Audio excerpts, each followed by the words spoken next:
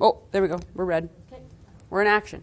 Okay. I have chosen to use PowerPoint today, and mainly because then I can share this with you. So if you're not a note taker, but you're really passionate and you have some ideas coming up, don't worry. I'm happy to share this with you afterwards, as well as it might guide some of our discussion today. However, the most important thing is A, you showed up.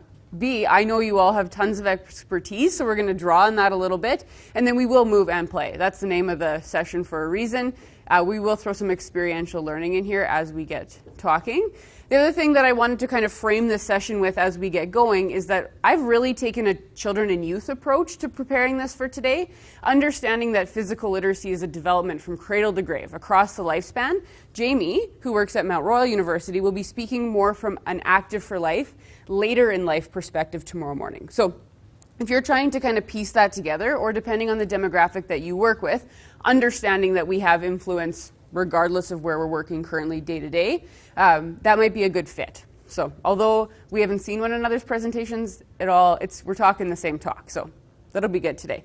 As well, Melanie Tate is currently a 420, Knies 420 practicum student, which is a work term that we offer here on campus. And so she'll be helping with the presentation today. She's been volunteering in the conference, so already has a bit of a taste of what's going on. I guess the biggest piece as well is that play has become a little bit more of a buzz, right? We've been talking more about unstructured play, the lack of play, what that's doing to healthy child development. The conference has Let's Play as a tagline. So I think if we can start drawing it back to some of the things that are currently either obstacles, burdens, hot topics for you in your work as well, that'll be really beneficial. Julia mentioned that I work with the BeFit for Life Network, or the BeFit for Life Center. If I say it really fast, it's BeFit, and Alberta Beef is not our sponsor. So I've been told to slow down. BeFit for Life has been around since 1982, and there's 9 centers across the province. So depending if you're from Alberta or not, you would have a BeFit for Life center in your geographic area. Our mission is to support and educate and provide resource for all Albertans to be physically active, to find that self-responsibility so that they can be active for life. And we've been housed here at the university. Previously, we were housed at Mount Royal University. However, in its 32 years of existence, we've spent the majority of our time here at the university. We cover an area, for those of you from Calgary to understand geographically, our area covers Drumheller to Lake Louise, Didsbury to Nanton. So we do community outreach in those areas. But you'll notice on the map that each square kilometer of the province is covered by a BeFit for Life center, or somebody who's willing to offer support in this area. Today we're going to define physical literacy. That might be, I know for some of you in the room, you're already very familiar with this. For some of you, it might be new. So we'll spend some time laying the foundation. Then we'll discuss how we can help with the development. So if we're aiding, if we're a resource for the children and youth that we're working with, or we're planning programs to allow this development to take place, what are we doing? What are we showing up with so that we can help and aid this process for people? And then as well as we'll play. We'll move a little bit to see how some of this can be put into action. So let's warm up to learning. Rock, paper, scissors, blitz will be our activity today. But the question that I'm posing is that you're here for a conference. You're here with professional development on your mind, maybe meeting people, reconnecting with past friends or people you've met at previous conferences. Maybe this is your first conference, so you're meeting people for the first time. So the question I'm going to ask you that you show up with today, or that you kind of think about, is why is it important that you're here? So you can think broadly for me. If you want to think broadly why you showed up in Calgary for the conference, that's cool. If you want to why did you show up to this session today? Is there something you can take away?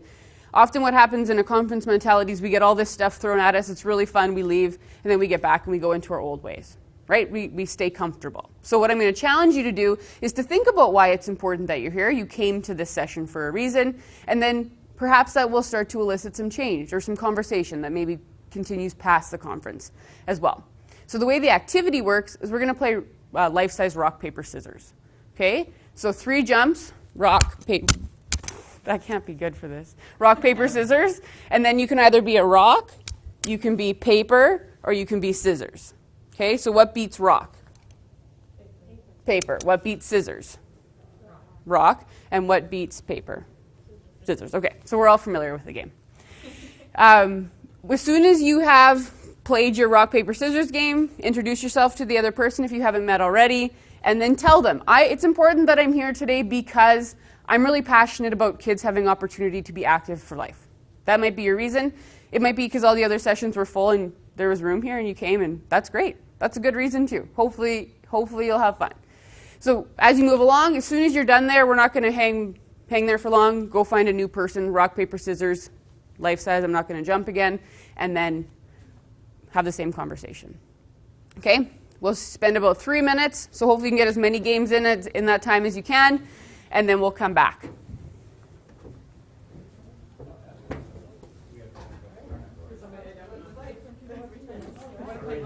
I sure do.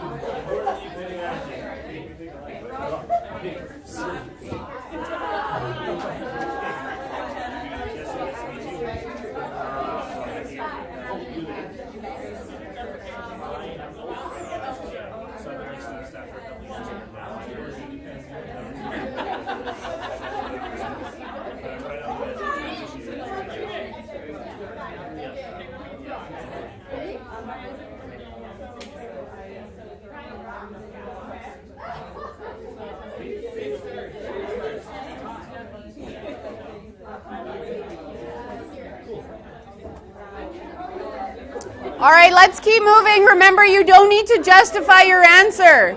If the reason that you're here is because you just wanted to come, that's fine. Let's keep moving.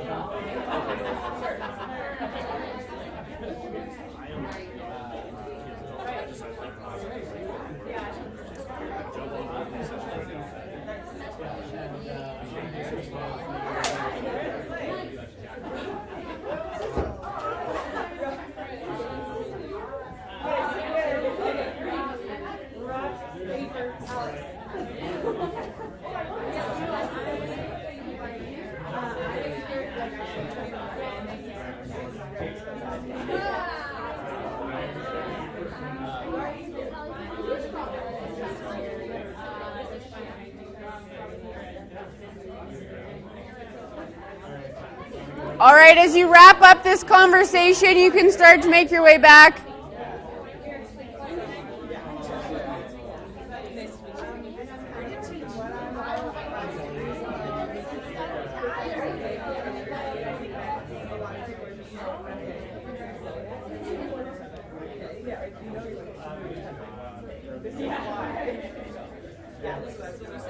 Yeah, you can find your way back to your seat as you wrap up that conversation. She wins. She picked rock. Rock wins every time.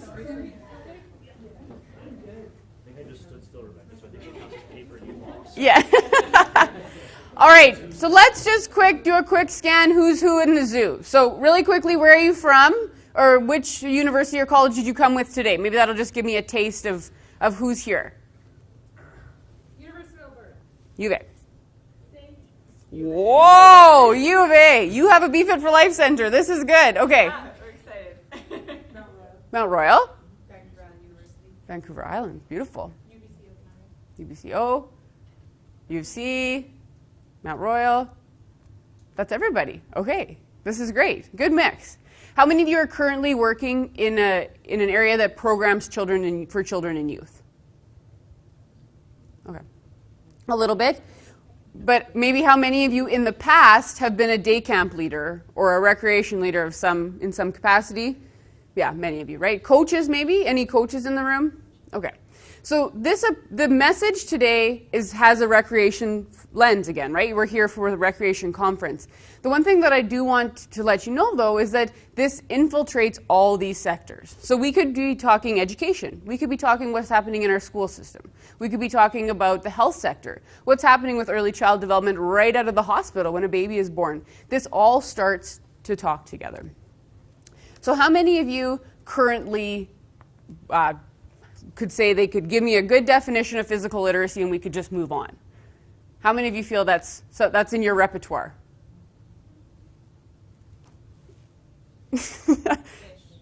Ish. Okay.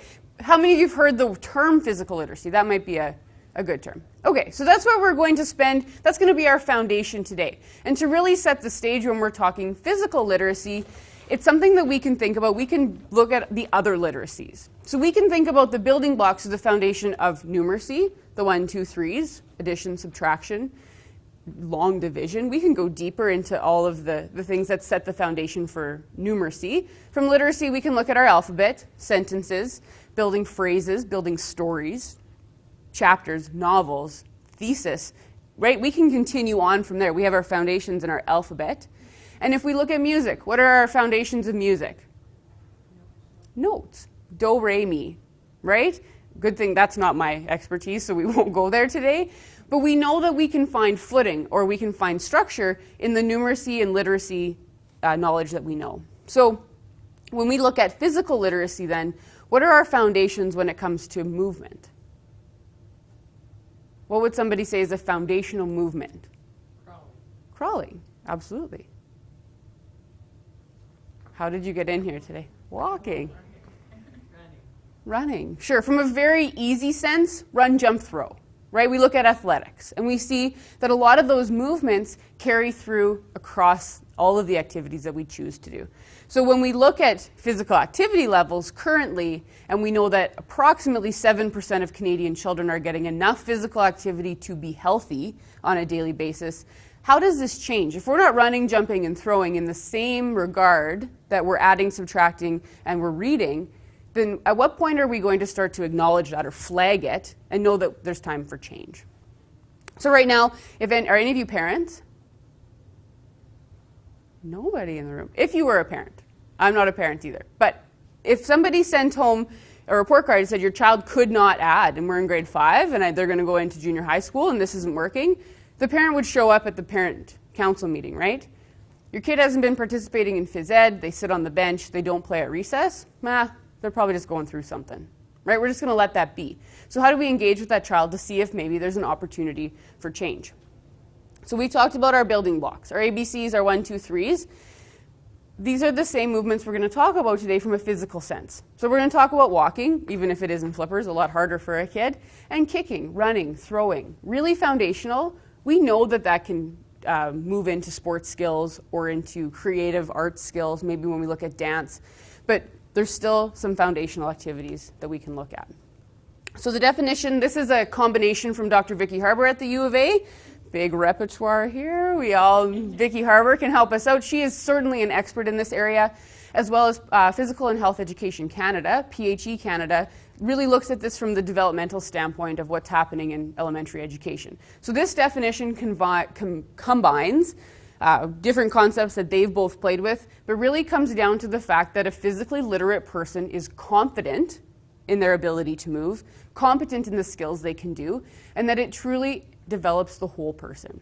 So when we look one step further and we look at the Queen, the mother of physical literacy, Dr. Margaret Whitehead, we see that all of these factors work together. So the motivation to move allows us to build confidence and physical competence, which is what a lot of us work in, right? Skill development, ability to play, and then our interaction with the environment, whether that's snow and ice, like we spend a lot of our winter. That could be because I'm tired today, I'm going to interact with my environment different.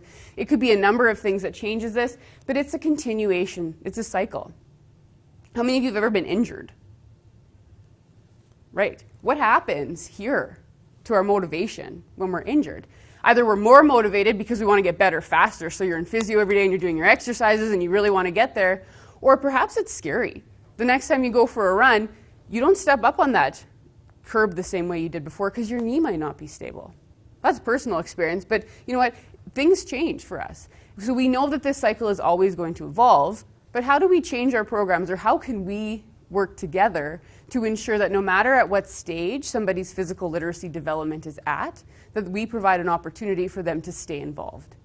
What we notice is probably the biggest factor here is either early specialization or a child not feeling accepted or like they belong to a group.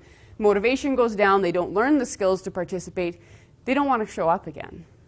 Dropout rates around 13 years old are rampant because if we've really specialized into one activity and then don't want to play it anymore, it's really hard to take part in another. Or for some reason, that activity is not for us anymore, and now we've never really tried anything else. We talk about the kids who get invited to a skating birthday party. but they make the number of excuses. I don't want to go, right? I don't know how to skate. I'm not going to show up there to find out that I don't know how to skate. I'm just probably going to pass. So I think that just ended on a very negative tone with that. What this provides us, I don't know for any of you that always get asked questions, why are kids so sedentary? Why don't they want to play? Why aren't they, when I was a kid, I walked to school. How come they don't walk to school anymore? And it kind of always is a why, and we think of it from a negative standpoint. I think when we look at the opportunity we have with the development of physical literacy, the embodiment that people feel, so we can interact together, we can interact when we play, we're more confident in our abilities, that can really lead to success, feeling accepted, better body image, better self-confidence. There's a lot of opportunity when we look at how physical capabilities can lead. These slides aren't working very well. What I've included in here, maybe an easier sense to see, is if we have fundamental skill around with some agility and balance, we still need to be able to walk on our own 2 feet. With the confidence knowing that we can do so, we can start to develop physical literacy. So this starts from the day that we're born, and our physical literacy journey will not be over till the day that we die, but we know that throughout that time, we have the ability to continue to develop these skills.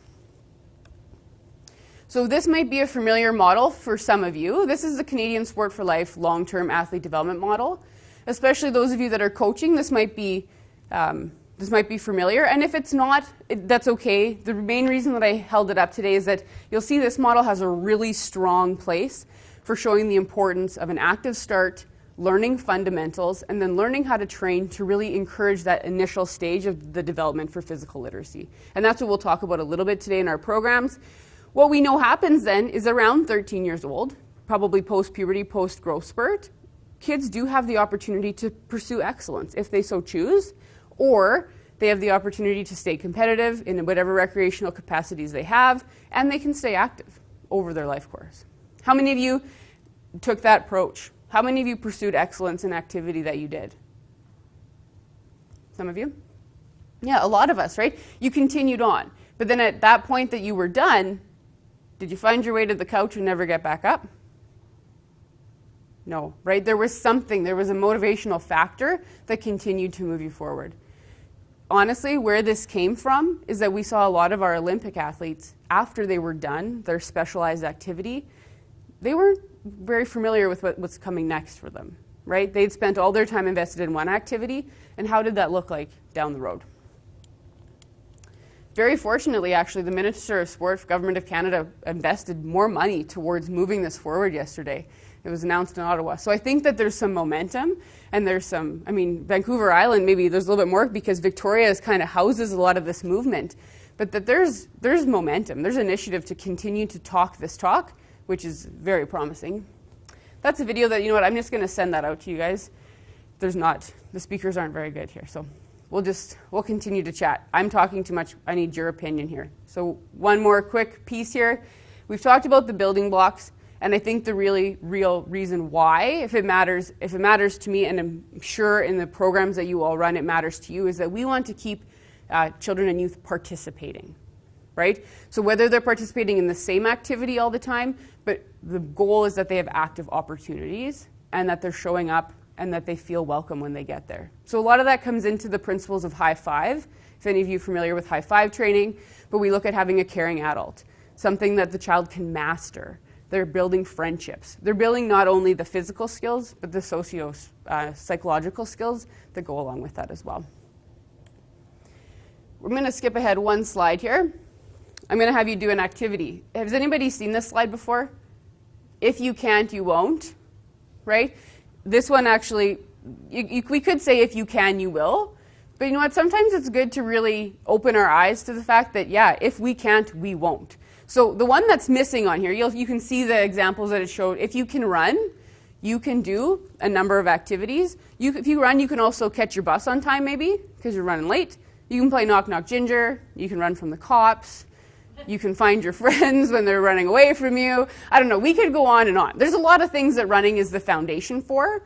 It goes on to talk about throwing and catching. But the one that I'd like you to do and the one that I'd like you to think about is swimming. Okay? If I can swim, what activities may I have the opportunity to participate with? Okay, so whether it's with your elbow buddy or 3 little groups of 3, if you can't swim, you won't what? Is the question I'm posing to you. Tropical vacations, you got it. Okay, so think of 1 or 2 activities that you couldn't do together, and then we're going to play a game to report back.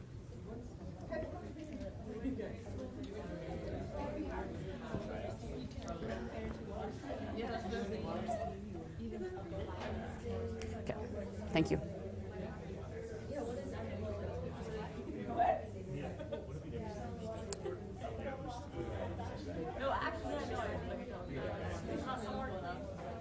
All right, so the way we're going to do this, sorry to interrupt you. An hour goes by so darn fast. I wish we had all afternoon, but what I'm going to have you do is I'm going to have you stand up, somebody from your group, and I want you to act out the activity that you can't do, and then we're going to guess what it is. Okay? So if you can't swim, you won't. Somebody show us something. I don't know what that is. Riding a sea-doo. Yeah. I don't want to fall off a sea-doo if I can't swim. Probably out in the middle of a lake somewhere. Awesome. Okay. If you can't swim, you won't. Yeah.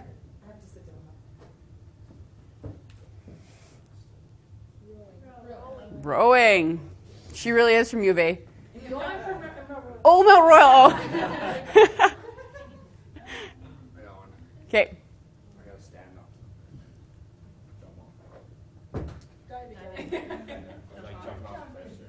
Yeah, cliff jumping, no. Stand-up paddleboarding, because she's from the coast and they can do that there. That's a great one. So I'm gonna, oh, you have another one. Surfing, you bet. What's your name, sorry, in the blue shirt in the back? Yeah. Is Amanda. So you pulled out, though, a really key piece, and the reason that I use swimming as the example today. We live in very landlocked area here in Calgary, maybe not on Vancouver Island, but sometimes we don't realize the ill effects of not learning these skills until we do things like go on a tropical vacation. So let's just picture we're all flying off to Hawaii tomorrow. I wish that were true. We show up in Hawaii. What do you want to do when we get there? Snorkel. Go to the beach. I want to go snorkel. I want to surf. I might even just want to take a boat tour to see the whales. I hear they're out around March, right?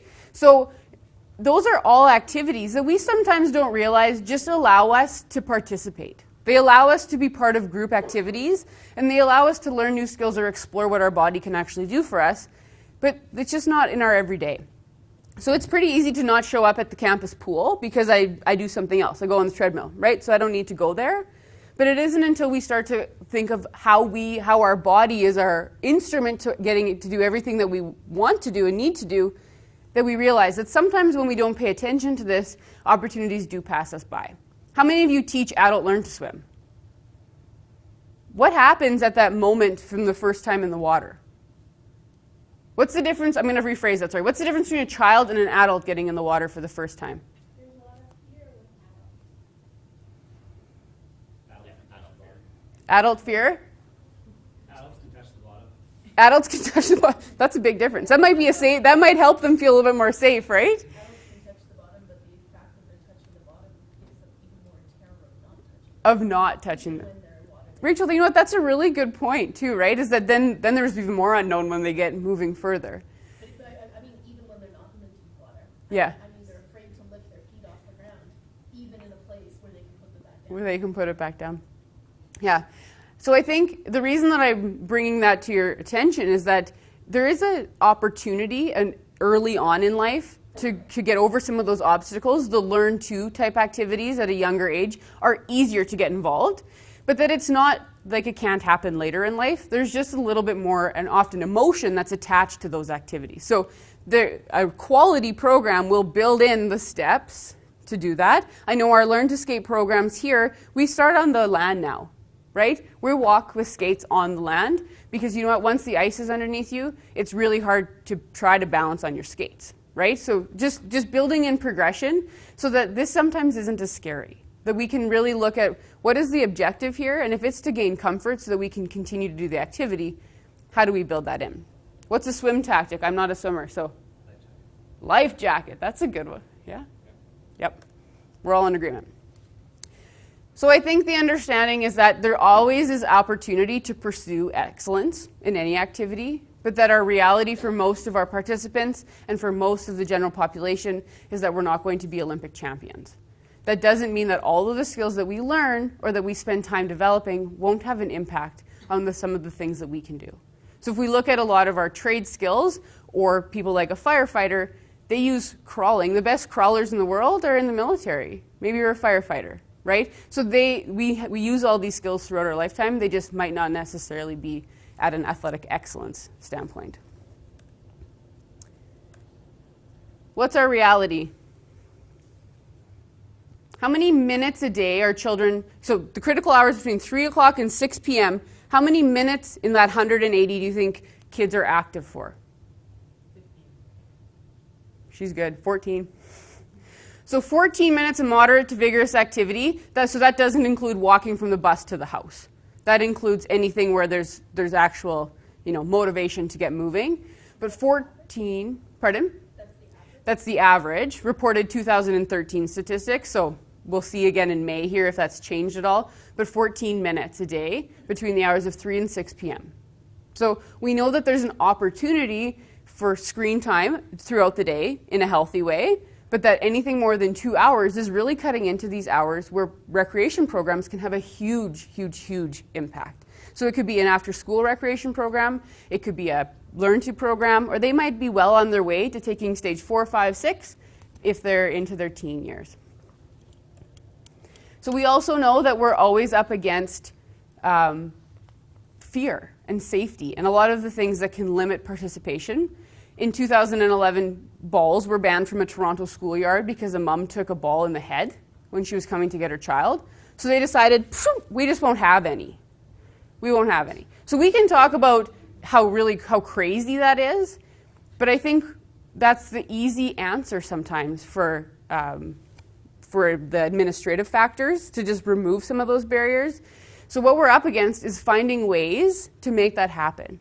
We can't just keep throwing the balls away and hope that we're going to learn how to throw and catch and play.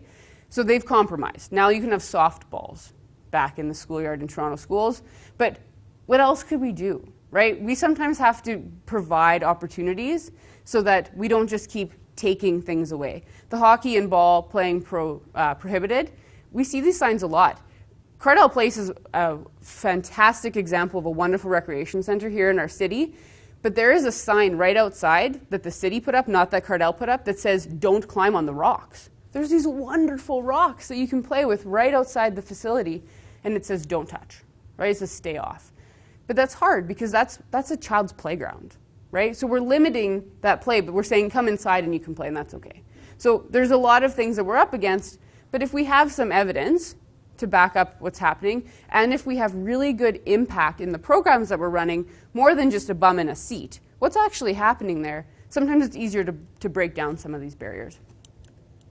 So what can we do? Well, we can definitely remember that kids don't play like adults. This slide's a little bit creepy. Those kids are a little bit, they're not quite right.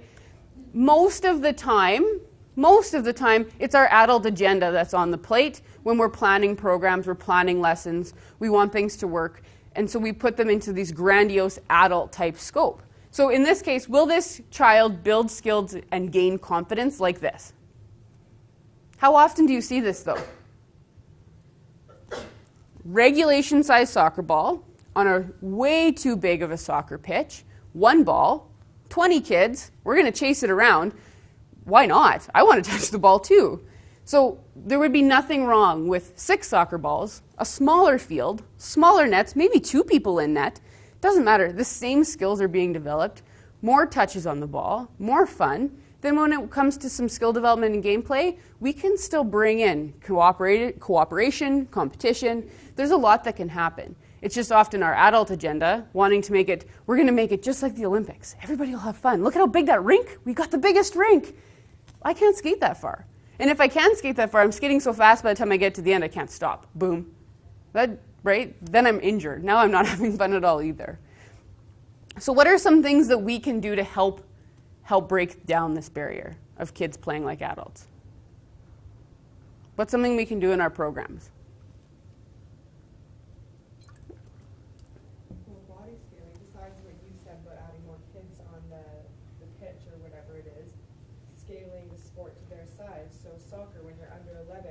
you have less players, the field's smaller, the ball's smaller, the net's smaller. Awesome. Yeah. Less focus on the drills and more focus on just scrimmages, fun competitions and games and things like that. Totally. It's really weird when you show up with a bag of beanbags for soccer practice. But you know what? After a couple times, it's a lot of fun. And then there's some learning and so there's some skill development that's happening with the transfer that happens when the beans move. And you know what? Then when I get a soccer ball in my foot, that's pretty cool too, right? I can feel that. You can't see my feet, so that doesn't work. But you can feel the same transfer that you did with the beanbag as you do now with the soccer ball. So you do get a few weird looks, 3 heads, 4 heads, but it does. It just takes time to implement those changes. What else can we do? What the actual purpose of the activity is, which will depend on what age and skill we're playing at, and which then determine whether the game as we know is actually relevant to those purposes or what modifications we can appropriate. Certainly. If you look at a hockey game, if you sit in the stands after, who's asking if they won or lose generally? Mom and dad, right? A lot of league standings and winning and losing is driven by parent involvement, not necessarily by the children themselves. They'll come back and tell you the best part of their game. They don't necessarily care what's on the scoreboard. Yep. And the top 10 reasons that kids play sports, winning has yet to show up in the research. Which is, for those of us that are competitive, you might think, no way. I remember wanting to win as a kid. And you know what, it does show up, they still do talk about it, but it's not in the top 10 reasons. Generally, it's to make friends, to play, to learn something new. The list goes on and on. So what else can we do? Think about your own programs. Yeah? Disguising exercise with like themes or like games or like in kids camps. It's not like, okay, we're going to gym now. Right. Like, okay, we're going to play this or we're going to like have a Hawaiian party, but we're going to do tag racing or like, you know what I mean? So kids are just Totally. having fun, but they're exercising and learning skills, developing. For sure. And we know that fitness is certainly a big precursor of how much skill development can happen, because if it's really uncomfortable to run for 2 minutes, it's really hard to engage in any kind of activity that requires you to do so, right? We often see a lot of, why is my heart beating like this? It's scary, right? So you're right, a tag game is a great way. We're running sometimes for 6, 8, 10 minutes at a time. That is a good, solid fitness base that we can take into some of this development. Yep. Playing off of her is not using exercise as a punishment. So if a kid does something wrong in practice, well, they have to go run around the soccer field 3 times. Well, that was a punishment. The child should have to sit out if or something along those lines. Just, right, making rules within your own group. Mm-hmm. Yeah. Same thing along that lines with like instant activities, so making it like getting them active as soon as they walk in the door. So no, like sit, let's talk, put your whatever on. No, you're ready, let's move. Yeah. So it's things like, okay, like when I say go in this square, walking on your toes, act like a bear. Just get them moving and then building on that. Okay, jumping now, okay, running. And when you're doing that and you're in a specific area, you're creating body awareness and self-awareness so that you know where other people are. And then with having, like if it's a soccer, for example, again, having a beach ball as an option, a soccer ball, a beanbag, and then they can pick which ball they're comfortable with. You're still learning the same skill. Yeah, that's great. Do you teach phys ed? It's my degree. Okay, yeah. we have a class that is just taught by an absolutely phenomenal instructor. Yeah. And he teaches us all of this, and it's, I think everyone should have to go through it because it is phenomenal. Yeah, that instant start. Yeah, that instant start thing. That's a great way for activity time, right? Sometimes we spend so much time sitting and waiting. But if the first thing we do is we skip and we gallop and we hop, we're still warming up, but we're developing skills at the same time. Yeah, even for adult programs, right? Yeah, not only for kid program. It's like 15 minutes of activity, and when we go into his class, 15 minutes in, I need water. Yeah, exactly. And you're warm and you're moving properly. Yeah. Letting the kids like explore and be creative, like climb on the rocks that it says don't climb on, or like go on playgrounds that are called unsafe nowadays. It's like just letting them go and like play without instruction, kind of. Certainly. And the last thing I'll add before we move on from here, I know time always goes by really quickly, is the appropriate size equipment, right? It's really hard to play a catching game with a tennis ball when you've never learned how to catch. balloons, beach balls, large foam Nerf balls, all of those things can be very effective when it comes to learning skills for the first time. I'm going to back up here just, oh, we have a friend. I flipped over this because I wanted us to have a discussion here, but the one thing that we're not going to get into the full fundamental movement skill development today. There are fantastic courses though. The National Coaching Certification Program, NCCP, offers a fundamental movement skills course. We offer them here in Calgary quite regularly. For those of you in Edmonton, same thing. We can easily muster one up. Sounds like maybe you do this. It's part of your degree. Even better. Fantastic. So the one thing, though, that will be helpful for those of you that are programming or leading is understanding how these skills emerge. So we learn stability skills first. We learn to balance, stop, start, twist, turn. Then we can add in locomotion. And once locomotion has been learned and developed, then it's easier to bring in object manipulation. So catching, throwing, trapping.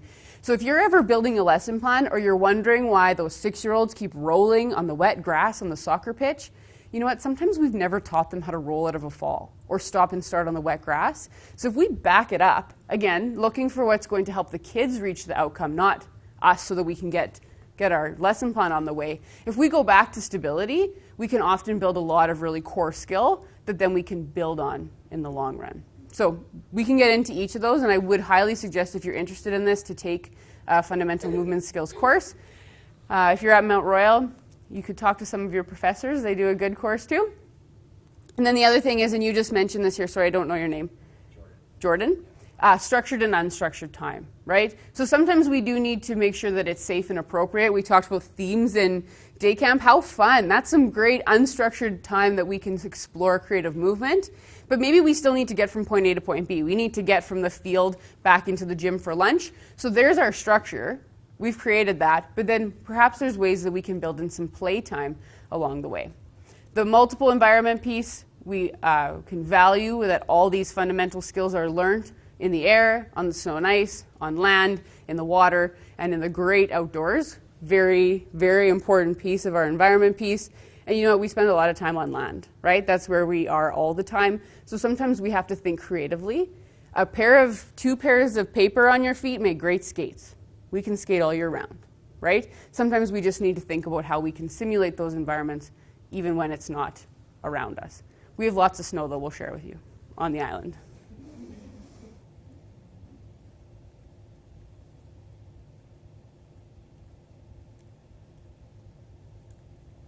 So a lot of these slides that I've just used, these ones right here, any of you have access to these. They're on the Canadian Sport for Life website. If you sign up to become a champion, you have all the videos and all the slides.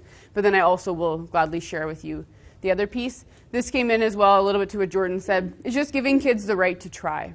So that moment that they figure it out on their own for the first time, that's where learning happens.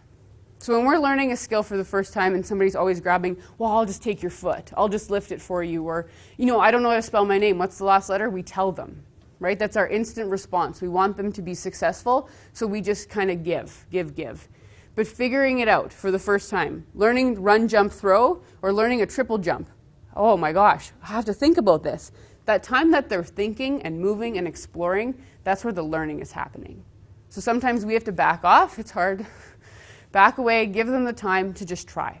Just play, just move. If they fall down, they'll get back up. Try again.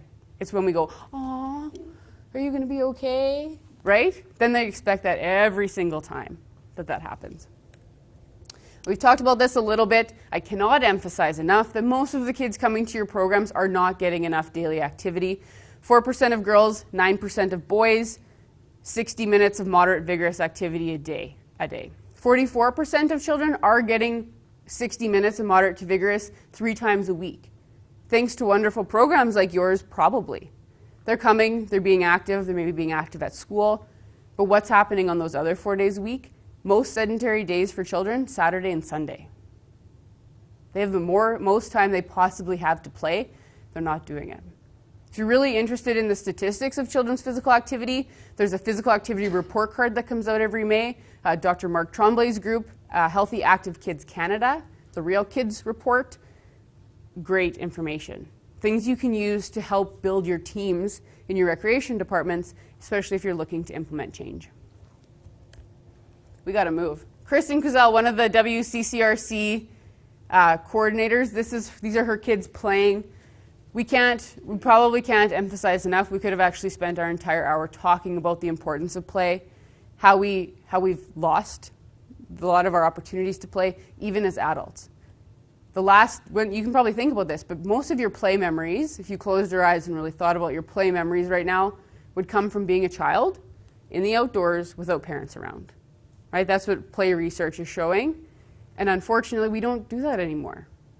The last time you didn't have a time restriction on your ability just to move and explore, right? Well, I have 30 minutes, so I'll probably hit the treadmill. Start, stop, done. Right? We've gotten so used to structuring everything that play is truly being lost. So let's move and play. This is a better way to go. Mel is going to lead us through. She's going to tell you a little bit about a resource that we use quite often, and then we'll do an activity together. Yeah, so BeFit for Life created this resource. It's called Move and Play Through Physical Literacy, and it's created for instructors to use this to incorporate physical literacy into your program. So maybe if you're doing a program on soccer, you could incorporate this to, on the back it will tell you what skills you're going to be doing for each card. So it's divided up into 3 sections: active start, fundamentals, and then learn to train. So the 3 stages of the long-term athlete development. So they're really interesting. You can flip through if anyone's interested, and you can always buy a resource as well. They're available. But I will take you through one of the games if you guys want to. I'll demonstrate it first before I run moves. This one's called Flip Flop. So you'd be with a partner. So you all partner up, and some of you are the movers, and some of you are the, what's the technique? Shakers. Sure, that's everybody likes to be a shaker. Yes. My favorite fundamental movement skill is shaking. Some We should are have done the that to start. movers, and then others are the flip floppers. So basically, if I was a flip flopper and Ashley is a mover, that's not the action. Can I take this off? Okay, so these are the 2 options. So I'm either like this, and Ashley is going under me.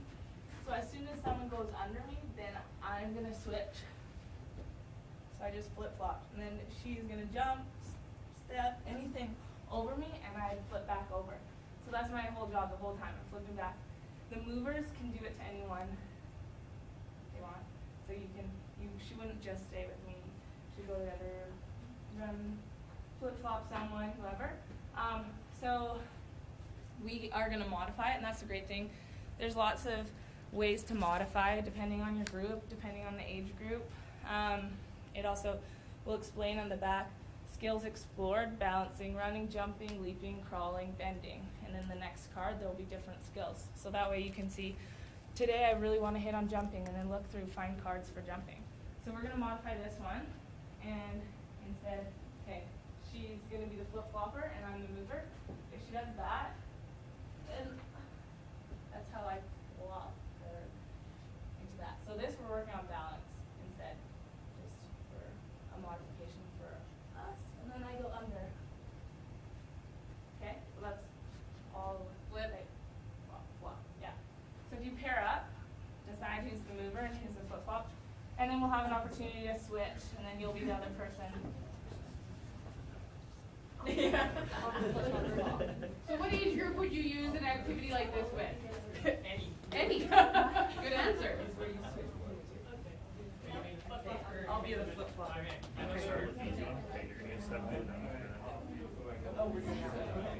So does everyone have a part? Okay.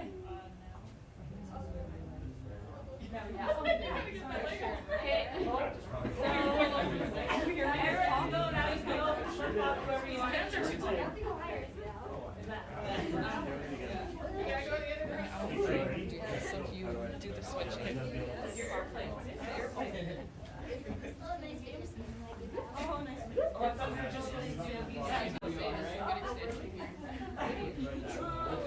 Only done it once. Yeah, exactly.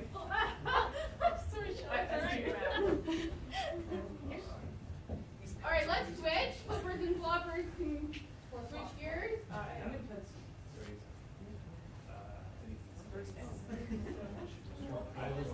Like that.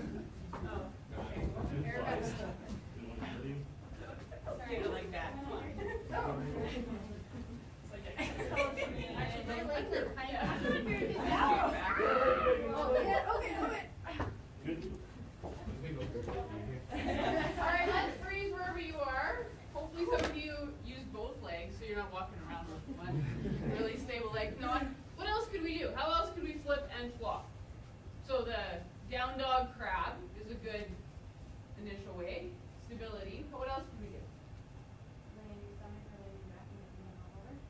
Sure. Any P90X fans? Banana?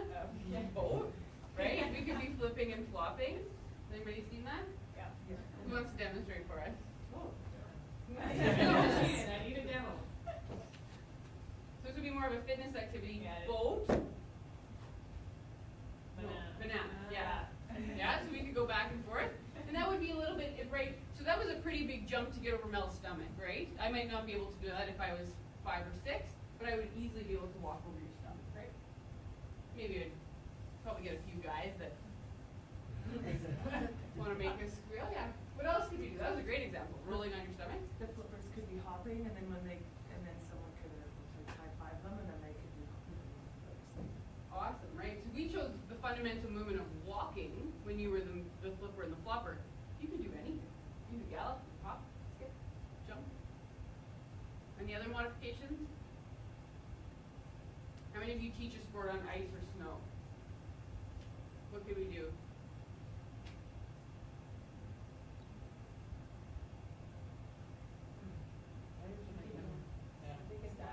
Slide through the legs.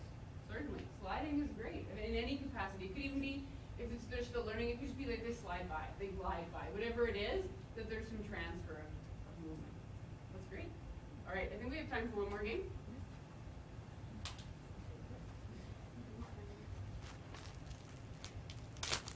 So balloons become a really good tool. I'll give out a few here. Balloons become a really good tool. You can blow that up if you get one. Especially when we're learning to catch and throw because they're in the air for longer. They're suspended for longer.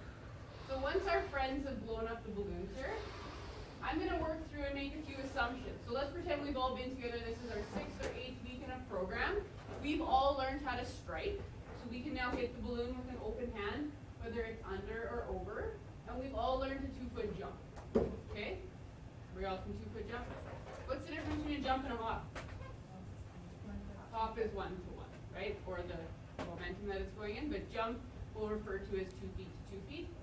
So what we're going to do is we're going to try to keep these balloons in the air, but every time we strike it, we're going to jump. So when the balloon's coming towards us, we're going to jump and strike. Yeah, perfect. So let's see if we can keep all the balloons in the air. Here's the other challenge. We need to move a little bit. I don't know what's happening tonight. Game. So you'll be sitting watching sports. We can move now. Every time you hit, I want you to jump and turn around before hitting the balloon again. Okay? So we have enough balloons, I think, to keep everybody moving. Let's see how long we can keep these balloons in the air. Not very. Oh, I'm supposed to turn around.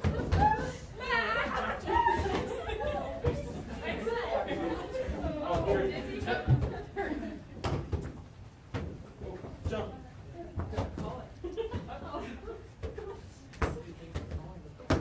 Yeah, Communication, here we go. Communication would be it. Oh. I'm doing jump turns. You got me doing jump turns. That's right. All right, let's freeze. Hang on to the balloon if you have one. How could we modify this or add on? Use your feet. Use your feet or your hands or just feet? Any part of your body. Any part of your body. How about we get rid of our hands actually? We've lost them. Cold winter, frostbite, no hands. So we now have our feet, our stomachs, our bums, or our heads. Okay. And you still jump? We still jump when we hit it. Sure. Sure. Yep. Okay. Like jump. Everybody's up for a challenge. Sounds dangerous. Yeah. Yeah. Or jump after you hit it. Or jump after you hit it. All right, let's give it a go. There's a balloon. Thank you guys back there. Are we spinning stuff? Jump. I jump in. Me too. I can't figure it out. It's like Tying your hair, rubbing your stomach.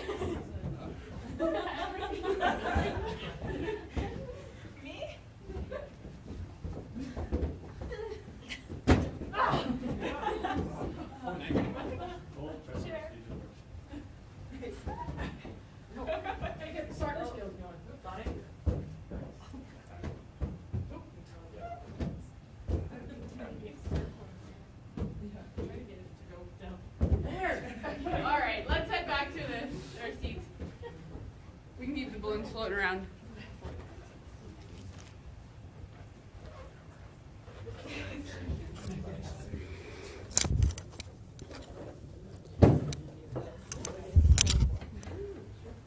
So there's nothing new probably, other than maybe a few games or examples that maybe you haven't seen necessarily in that Move and Play resource.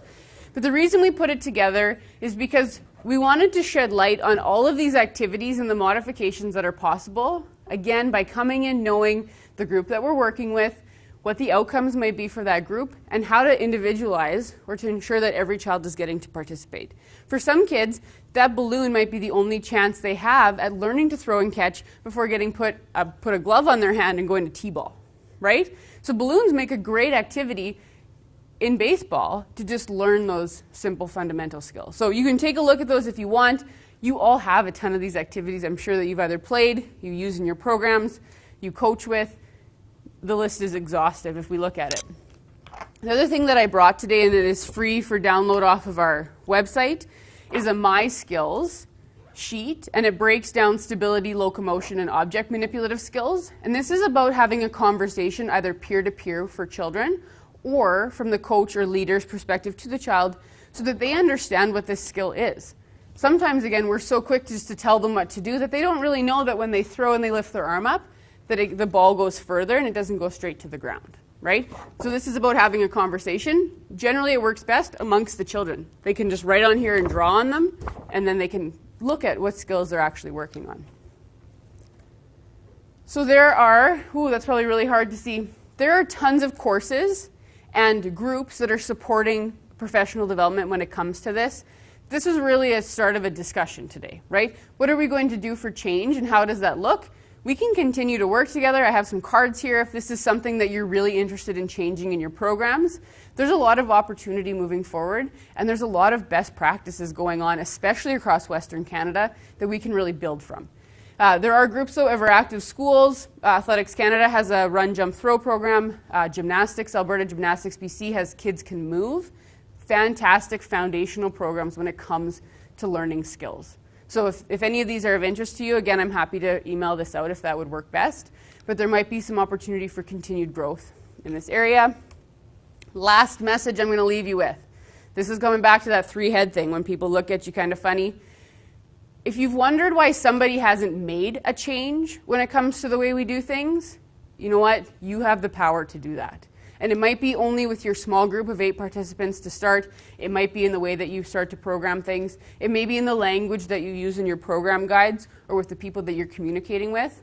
Coming back to the motivation factor of why are we moving can really make a big difference, and trust that the little changes that you make have huge impact to the work that you're doing. So if you think that you're waiting for somebody else to do it, when you walk out of the room today, I can't wait to hear back from you about the changes that you've made that are having huge impact in the long run, especially when it comes, we're going to see those activity levels rise.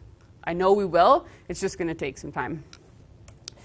So thank you very much for hanging out with us today. We have one prize, I think, right? A door prize. This is my contact information. I did bring some cards as well. I really do hope this is just the start of something. So please keep in touch. Email, it doesn't matter if it's one line. Where was that again? How do I find that? Can we work on this together? Whatever it looks like, stay connected. We have a play group here in Calgary, Physical Literacy and You.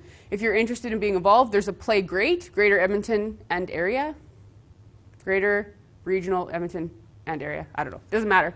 There are play groups in existence that like-minded people working in the development of physical literacy come together and share. We don't have time to do this all on our own, so we're going to start doing it together better is the plan.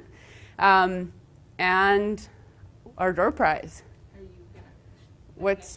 Yeah, you go for it. Okay. So for this next book, you can define physical literacy. It's There is whoever. fundamental movement skills with the ABCs and confidence and coordination and all, or coordination and confidence, So what do you mean by the ABCs? like agility, balance, and coordination. That's great. It's not one right or wrong definition, like, so it's whatever, as long as you kind of have your definition of what it is and it's similar to that, then it's good. If anybody of you is really interested in this, Dr. Margaret Whitehead's book, Physical Literacy Throughout the Life Course, is fascinating. Keeps me up at night. I want to read more. Yeah.